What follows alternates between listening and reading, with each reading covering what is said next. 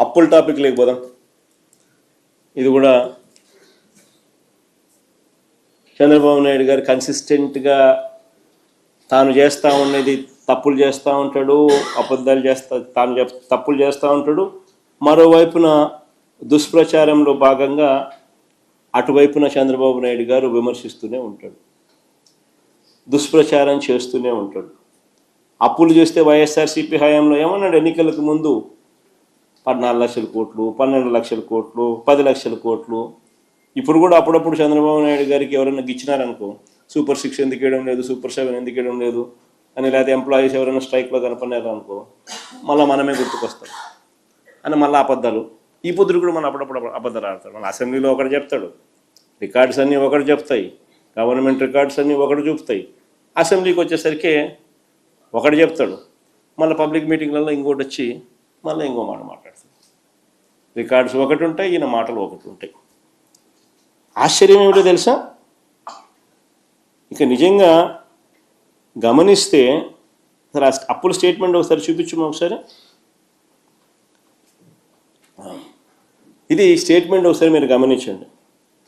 YSRCP government హయాంలో చంద్రబాబు నాయుడు గారు ముఖ్యమంత్రి కాక మునుపు,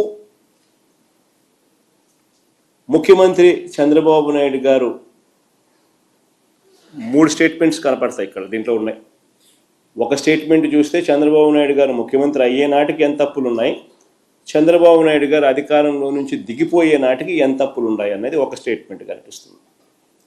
సిమిలర్లీ వైఎస్ఆర్సీపీ అధికారంలోకి వచ్చే నాటికి ఎంత అప్పులు ఉన్నాయి, వైఎస్ఆర్సీపీ అధికారంలో నుంచి దిగిపోయే నాటికి అప్పులు ఎంత ఉన్నాయి, చంద్రబాబు నాయుడు గారు అప్పులు ఎంత చేశాడు, వైఎస్ఆర్సీపీ ప్రభుత్వం అప్పులు ఎంత చేశారు అని చెప్పి ఆ 5 ఏళ్ల పీరియడ్ కంపారిజన్. చంద్రబాబు నాయుడు గారి హయాంలో ఆల్ కైండ్స్ ఆఫ్ డెట్స్, అంటే public debt, direct government borrowing అయితేనేమి, స్టేట్ గవర్నమెంటు గ్యారంటీడ్ డెట్ అయితేనేమి, state government government debt and state government guaranteed debt అయితేనేమి, non guaranteed liability of state public sectors undertakings కూడా కలుపుకుంటే కూడా చంద్రబాబు నాయుడు గారి ఎక్కే నాటికి 2,57,510 కోట్లు ఉంటే, చంద్రబాబు నాయుడు గారు దిగిపోయే నాటికి 3,90,247 కోట్లు. అంటే ఆయన 2,49,350 కోట్లు ఆయన అప్పు చేస్తే, compounded annual growth rate 22.63, 22.63% compounded annual growth rate ఆయన అప్పు చేసినాడు. అదే వైఎస్ఆర్సీపీ ప్రభుత్వం ఒకసారి గమనించినట్టయితే, వైఎస్ఆర్సీపీ ప్రభుత్వంలో 3.32 lakhs, 3,32,671 కోట్ల రూపాయల అప్పులు మనం చేసినాం. Compounded annual growth rate 13.57%. 3,32,671 కోట్ల రూపాయలు ఏదైతే మనం అప్పు చేసినామో, ఇందులో 2,73,000 కోట్ల రూపాయలు డీబీటీగా అందించిన ఘనత మా ప్రభుత్వం. ఎవరికి ఇచ్చినాము అని చెప్పి పేరుతో సహా, ఆధార్ నెంబర్తో సహా, బ్యాంక్ అకౌంట్తో సహా డీటెయిల్స్ ఇవ్వగలుగుతాం. 2,73,000 కోట్ల రూపాయలు డీబీటీగా అందించిన ఘనత మాదైతే, చేసిన అప్పులు మొత్తం 3,32,000 కోట్లు మేము అప్పులు చేస్తే, చంద్రబాబు నాయుడు గారు ఈ 2 సంవత్సరాలు కూడా కాక మునిపే ఈయన గారు ఇప్పటికే ఎంత చేసినట్టు తెలుసా, అప్పు 3,02,303 కోట్లు. అంటే మేము 5 ఏళ్లలో చేసిన అప్పులో 90.87% ఈయన 2 ఏళ్ళు తిరక్క తలికి ఇప్పటికే చేసేసినాడు.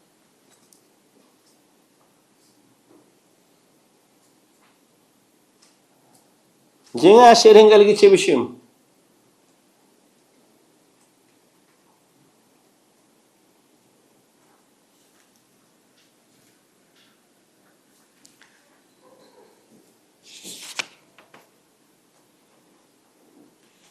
మనం ప్రతి ఏటా సంక్షేమ క్యాలెండర్ విడుదల చేసి వాటిని క్రమం తప్పకుండా మనం అమలు చేస్తే చంద్రబాబు నాయుడు గారు అప్పులు తెచ్చుకోవడానికి క్యాలెండర్ విడుదల చేస్తున్నాడు.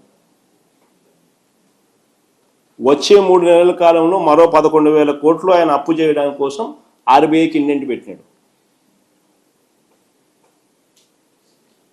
ఈ అప్పులు తేవడానికి కూడా ఒక పద్ధతి లేదు, ఒక పాడు లేదు.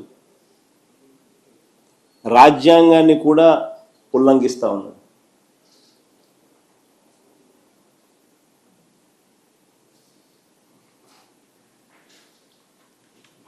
పుని ఇన్ని అప్పులు చేస్తా ఉన్న చంద్రబాబు నాయుడు గారు ఏమైనా ప్రజలకు ఏమైనా మేలు చేశాడా అని అంటే అది లేదు. సూపర్ 6 లేదు, సూపర్ 7 లేదు. పైగా వైఎస్ఆర్సీపీ ప్రభుత్వంలో అమలు అవుతా ఉన్న స్కీములన్నీ రద్దు. పైగా ఫీజు రీయింబర్స్మెంట్ దిక్కులేదు. విద్యాదీవెన, వసతి దీవెన గాలికి ఎగిరిపోయింది. పైగా ఆరోగ్యశ్రీ గాలికి ఎగిరిపోయింది. రైతులకు దిక్కు లేదు, చదువుకుంటున్న పిల్లలకు దిక్కు లేదు, అక్క చెల్లెమ్మలకు దిక్కు లేదు, ఉద్యోగులకు దిక్కు లేదు.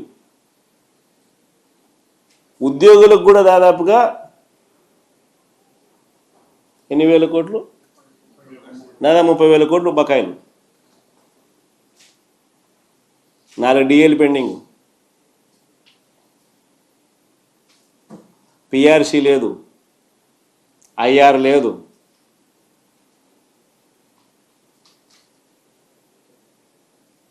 సరెండర్ లీవుల గురించి, ఇంకా డిఎల్ దీని గురించి, డిఆర్ దీని గురించి అసలు చెప్పాల్సి వస్తున్నా.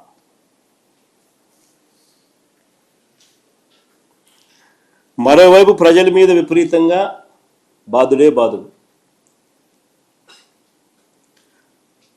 ఎన్నికలకు ముందేమన్నాడు ఈయన, 5 ఏళ్ల పాటు కరెంటు ఛార్జీలు పెంచనన్నాడు.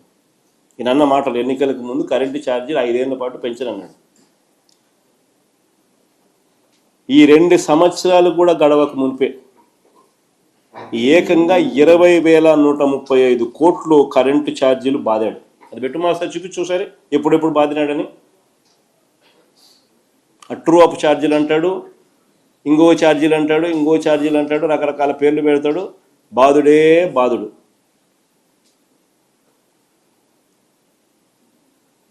చూసుకోండి మా, 29/11/2024 9,412 కోట్లు బాధుడు. FPPCA true up order dated 29/11/2024. FPPCA true up order dated 25/10/2024 మరో 6,072 కోట్లు. FPPCA true up order dated 27/9/2025 మరో 1,863 కోట్లు. Provisional FPPCA charges during this financial year 0.04 paise per kilowatt hour estimated మరో 2,787 కోట్లు. వెరసి మొత్తము ఈ 2 ఏళ్ల కాలంలోనే చంద్రబాబు నాయుడు గారు 20,135 కోట్ల రూపాయల ఎలక్ట్రిసిటీ ఛార్జెస్ బాధుడే బాధుడు.